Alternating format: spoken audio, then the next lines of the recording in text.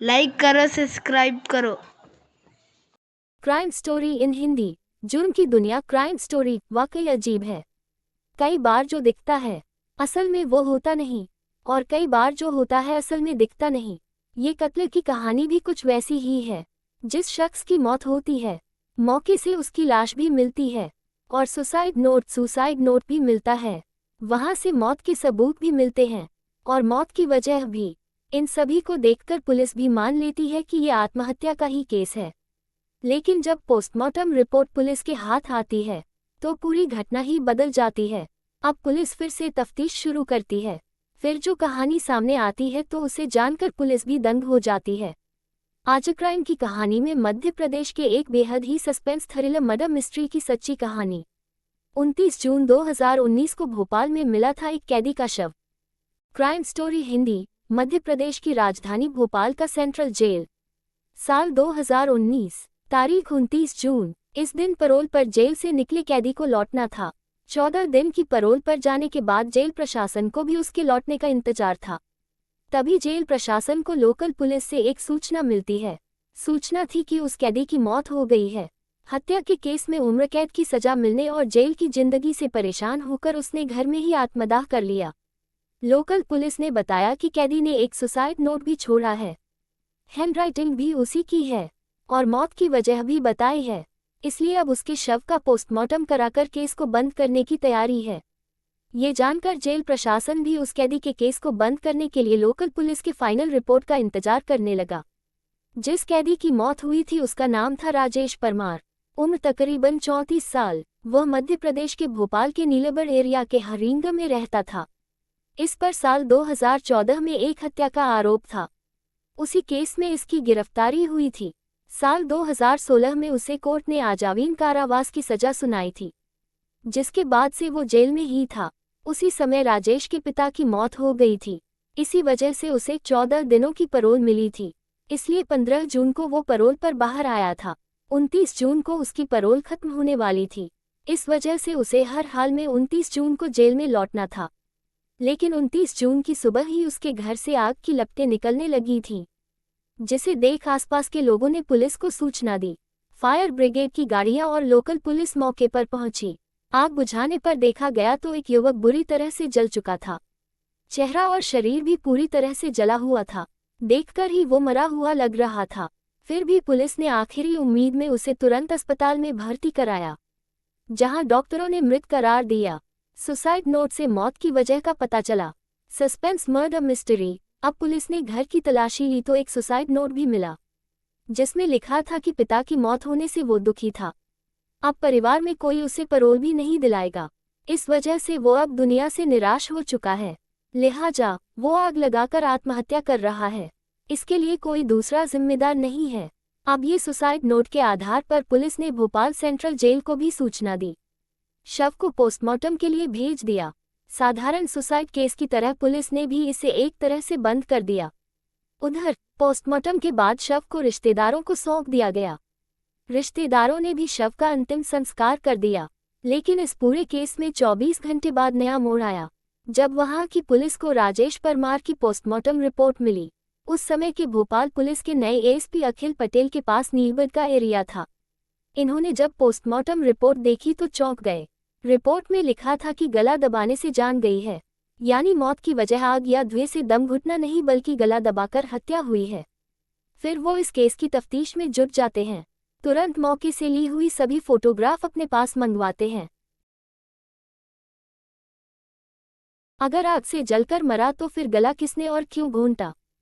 Murder mystery story in Hindi. सभी photo को बारीकी से देखते हैं। एक फोटो में वो देखते हैं कि मरने वाले शख्स का पैर बिल्कुल एक दूसरे से चिपका हुआ था, जबकि जब भी कोई जलकर मरेगा तो वो तड़पने लगेगा। फिर उसके पैर एक दूसरे से चिपकने के बजाय अलग अलग होने चाहिए, लेकिन इस केस में ऐसा नहीं था। दूसरी तस्वीरें भी देखते हैं।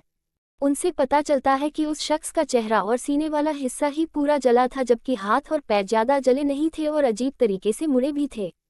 इससे शक यही होता है कि कहीं हाथ और पैर बंधे तो नहीं थे जिस वजह से ऐसा हुआ।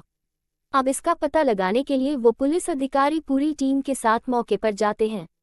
घटनास्थल को बारीक से देखते हैं। फिर आसपास के लोगों से पूछताछ करते हैं तो पता चलता है कि एक दिन पहले जब राजेश परमार के साथ एक या दो और लोग भी देखे गए थे। अब पुलिस इस केस की फाइल को बंद करने की जगह फिर से खोलती है, जांच शुरू करती है। अब पुलिस को ये शक हुआ कि जिसकी मौत हुई उसकी पहले गला घोंटकर हत्या की गई, लेकिन राजेश को जब सुसाइड ही करना था तो उसकी पहले हत्या क्यों की गई? अगर किसी ने गला दबाया तो वो कौन था?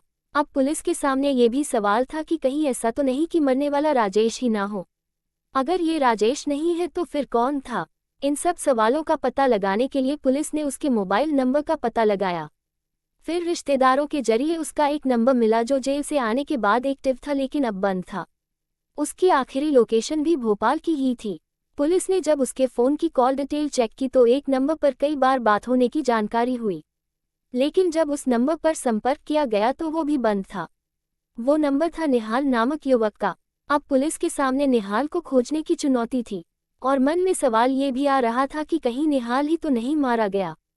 इसके अलावा और भी कई सवाल। फिलहाल पुलिस उसकी तलाश में जुट गई।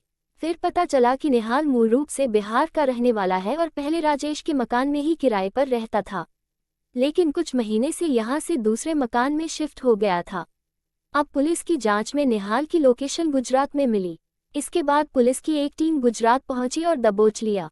इसके बाद जब उससे कड़ाई से पूछताछ हुई तब उसने जो कहानी बताई वो बेहद ही चौंकाने वाली थी।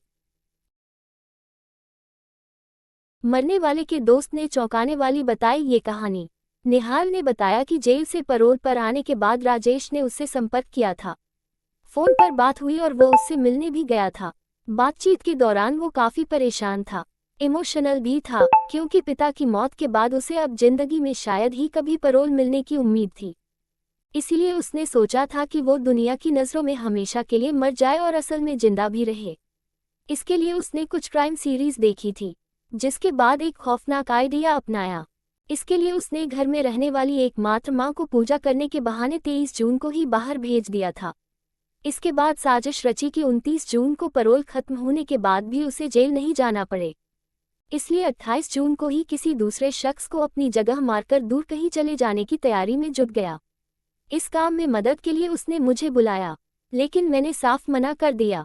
इसके बाद उसने 1 लाख रुपए का लालच दिया और कुछ पैसे एडवांस में भी दिए, इसीलिए उसके झांसे में आ गया।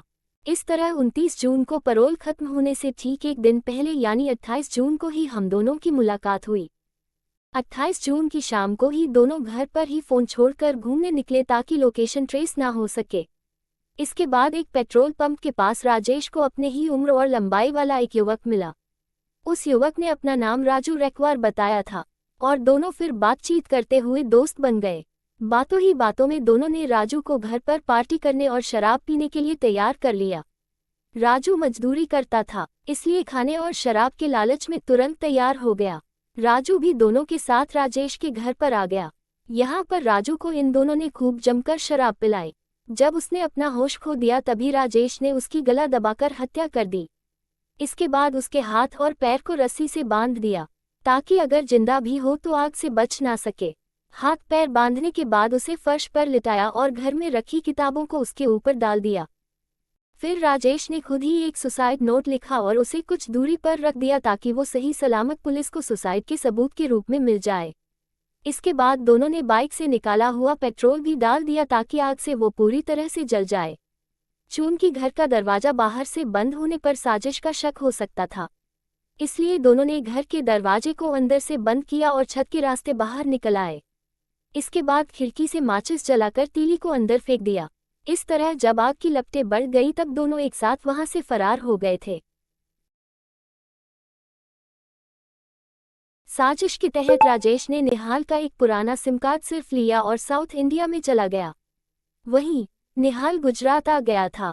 अब पुलिस ने निहाल की कहानी की सच्चाई का पता लगाने के लिए उस मृत युवक के बारे में पता लगाया, तो ये सच निकला, क्योंकि राजू रेकवार की पत्नी ने 28 जून की रात में ही लोकल पुलिस में गुमशुदगी की शिकायत दी हुई थी। इसके अलावा पुलिस को राजेश के घर से राजू की चप्पल भी मिली थी जिसे उसकी पत्नी ने पहचान लिया था। ये जानकर पुलिस अब जांच में तेजी से जुट गई। चेन्नई में भोपाल पुलिस ने लुंगी पहन और तिलक लगा राजेश को ऐसे दबोचा। अब पुलिस को पूरी कहानी समझ में आ गई थी। लेकिन जब तक राजेश आंखों के सामने नहीं आ जाता तब तक जांच अधूरी ही थी। अब पुलिस को ये यकीन था कि आज नहीं तो कल राजेश किसी भी तरह निहाल से जरूर संपर्क करेगा। राजेश भी निहाल का एक पुराना सिम कार्ड ले गया था। इस तरह अगले ही दिन आखिरकार राजेश का फोन निहाल के पास आ ही गया। पुलिस की मौजूदगी में ही निहाल उससे बात करने लगा। राजेश ने वहां के हालात के बारे में पूछा कि कुछ गड़बड़ तो नहीं है। निहाल ने बताया कि कोई गड़बड़ नहीं है, पुलिस को कुछ पता नहीं चला। इसके बाद राजेश ने कहा कि चेन्नई में उसे कुछ मदद चाहिए, अगर कोई दोस्त हो तो बताना। इस पर निहाल ने कहा कि वो उसे जल्द ही बताएगा। इसके बाद फोन कट हो गया।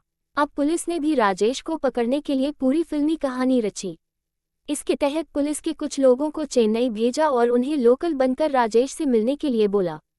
इस तरह निहाल ने राजेश को चेन्नई में रहने वाले अपने एक दोस्त का जिक्र करते हुए उसका फ़ोन नंबर शेयर किया, जिसके बाद राजेश पुलिस वाले को ही निहाल का दोस्त समझकर उससे बात की और मिलने गया।